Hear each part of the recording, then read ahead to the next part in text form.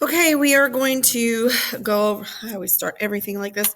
We're going to start this, and I want to make sure that you understand what things are. So this will not take very long for me to explain some things, but we are going to start at the bottom, and I want to show you some things down here. We've been covering squares and square roots, and we noticed that the square root is the opposite. So when it's squared, it means 18 times 18, which is 324. When we take the square root of 324, we're left with 18. So that's how these come from. We can do 17 squared. I'm going to grab my handy dandy calculator, which I'm sure that you guys are going to be given permission to use in this one instance. And I'm going to take 17 times 17, and I get 289.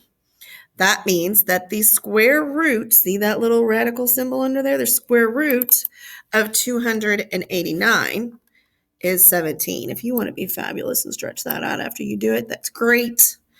If you don't, life goes on, but it does look better. So I had to make a decision. Do I want them to type the whole thing or see the radical?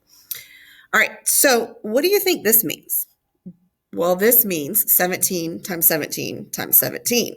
So that means I'm going to take 17 times 17 times 17 on my calculator, and I get a really large number, 4,913.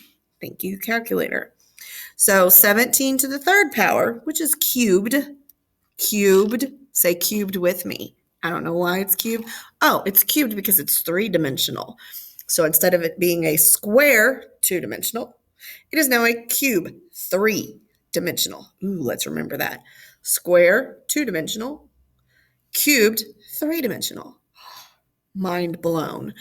Okay, so now we're going to go over here and say take the cubed root. Do you see the difference? If you look really carefully, maybe I can zoom it in really carefully over here. You're going to see the cubed root. See, that shows me it's the cubed root as compared to the squared root where it's missing.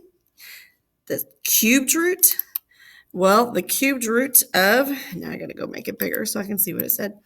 The cubed root of if that were under that cubed root radical, it would be 4,913. So these are undoing. These are inverses of each other. The cube of 17 is 4,913, but the cubed root of 4,913 is 7. All right, let's go do an easy one. You ready? Okay. 3 squared means 3 times 3. 9. Easy.